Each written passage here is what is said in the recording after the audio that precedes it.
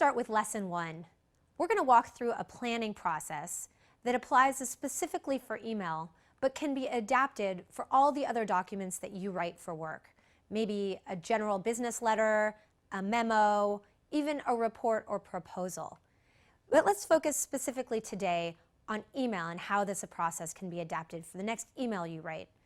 The first thing you're going to want to do is think about whether email is the appropriate format for your message. Okay? So as we know, we still have phones and live conversations, opportunities to get up out of our desks and chat with other people, schedule meetings, schedule conference calls, use all kinds of virtual communication tools that are at our disposal.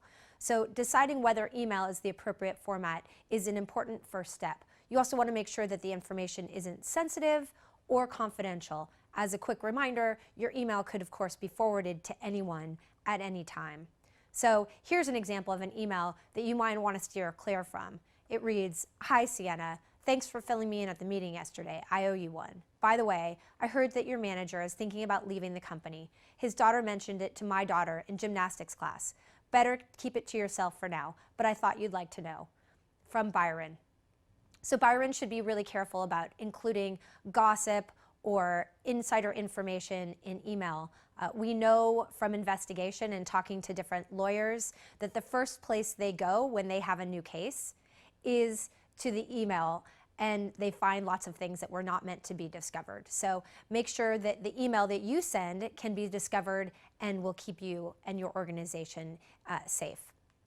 So the second thing you want to do once you've decided that email is in fact the right tool for the job is to really focus on what your purpose is.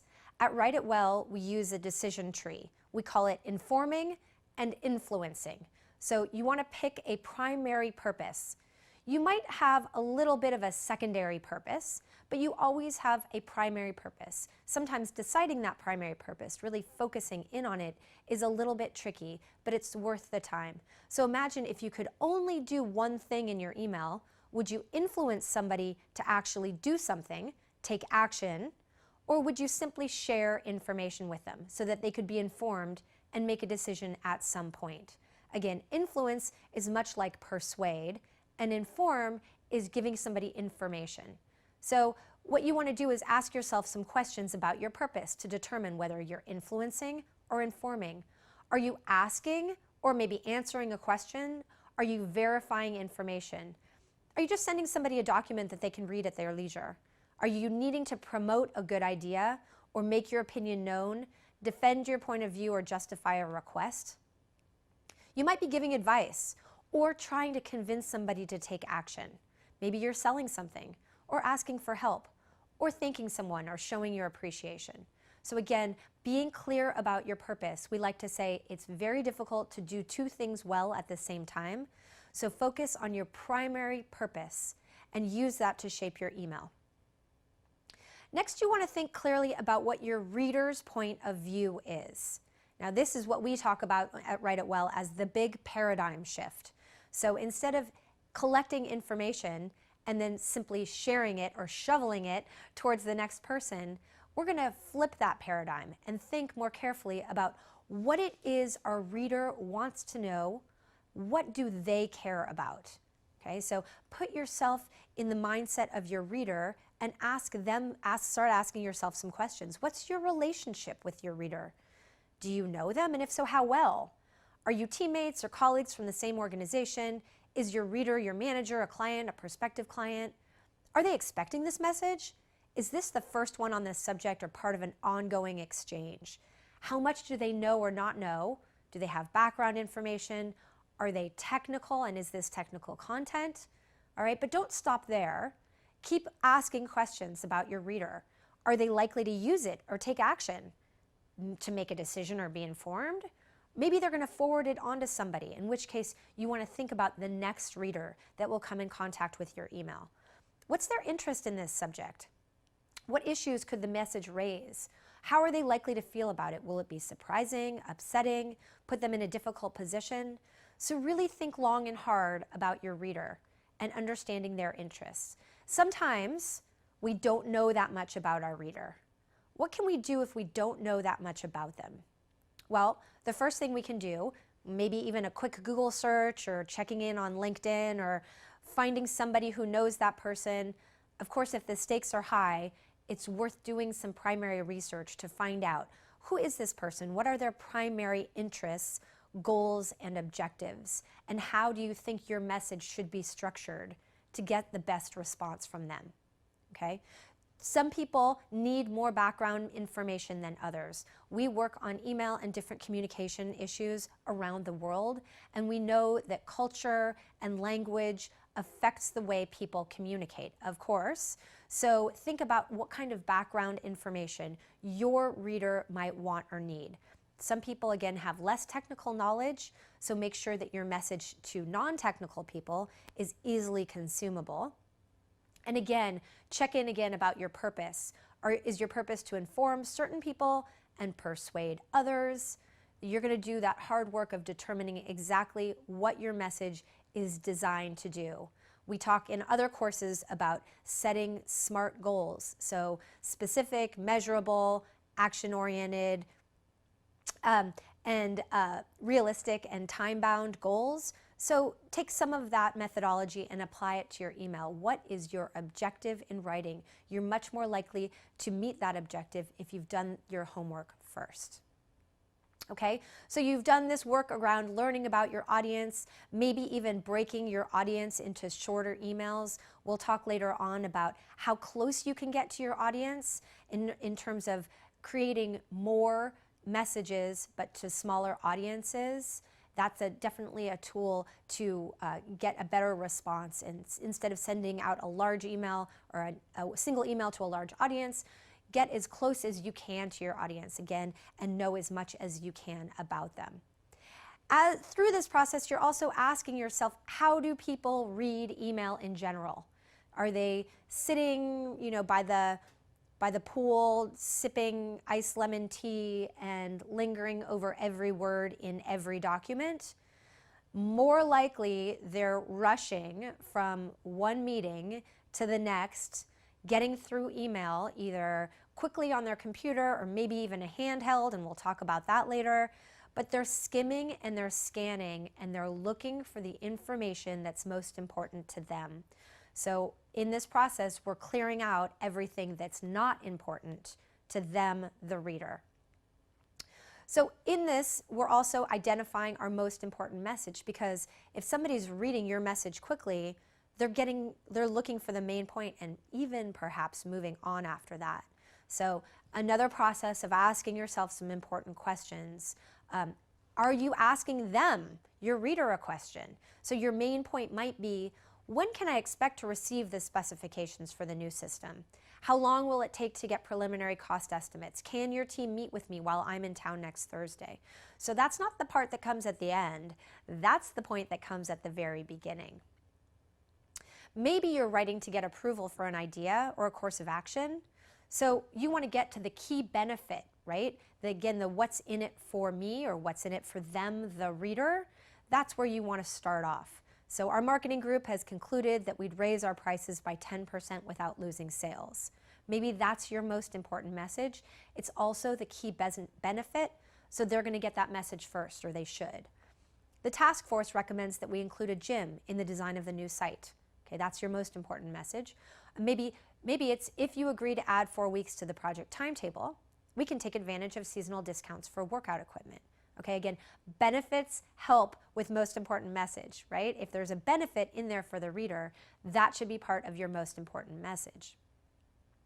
And again, we like to include all the information in our general correspondence, in our emails, our reports, our proposals, but that's not what your reader wants. Your reader needs the information that interests them or that they need to move a project, a decision, a work group, a plan forward. So again, weed out the information that they don't need. That's hard work. But let's use an example here. Sarah wants to tell a prospective consultant, Jeremy, that her team is considering his firm for a project. So her main point is that our management team was impressed with Jeremy's presentation, and his firm is one of 3 finalists for the project. So Sarah thinks about what questions Jeremy's likely to have. She drafts this list of questions as a strategy to group her ideas. She's thinking, he's wondering what information was most useful. What else do you need from us? And he probably wants to know when we're going to make our decision. So she uses those questions to shape her response or her message back to Jeremy. So she answers the questions to create a structure, right? So her answer is, your experience with projects like ours and the way you handled problems was probably your biggest strength, all right? So she still wants the bios of proposed subcontractors. That's what she's missing. And she's going to give him a decision in 2 weeks. So that's the important information. And she's going to use that information to craft her response, right? So, dear Jeremy, our management team was very impressed with the highly informative and entertaining presentation you gave. I'm pleased to tell you that your firm is one of the 3 finalists. Then she's remembering he probably wants to know what they did well. So she gives him some feedback. The factors that weigh heavily in your favor are your experience with projects like ours and the way you handled the problems that came up during those meetings. And then she wants to tell him what she still needs. Before we make our final decision, we need one more thing from you: biographical information about your proposed subcontractors. We hope to make a decision within 2 weeks. So she's answered his questions, right? He's likely to feel pretty satisfied by that response for a bunch of reasons, because she's gone through and she's organized her themes, the questions, and she's hung the ideas or the responses in a very logical, organized way. So sometimes we get stuck in some part of this process, and when we get stuck or find ourselves rewriting or recrafting emails, you want to stop and ask yourself some questions. First, did you jump right into the writing without thinking about your purpose, audience, main point, and the questions you're trying to answer? Did you add any extra information? Have you shifted direction midstream? Are you trying to present too much information? Do you have several unrelated messages to convey, or are you writing to multiple readers with different needs? Okay, so this is an important set of questions that you definitely want to ask yourself. If you find yourself, copying and pasting and moving around and rewriting, this is where we waste time. If we don't do planning, we say over and over again, planning is like money in the bank. It saves you time in the long run. So go back and do some planning to figure out, again, what does your audience care about? What's your purpose? What's your main point? What are you trying to achieve? Sometimes email templates will save you time in the process. Of course, sometimes we're writing the same message over and over again, and email templates can, in fact, reduce the rewrites or the creation of our email. Of course, be really careful when you're adapting your message to a template.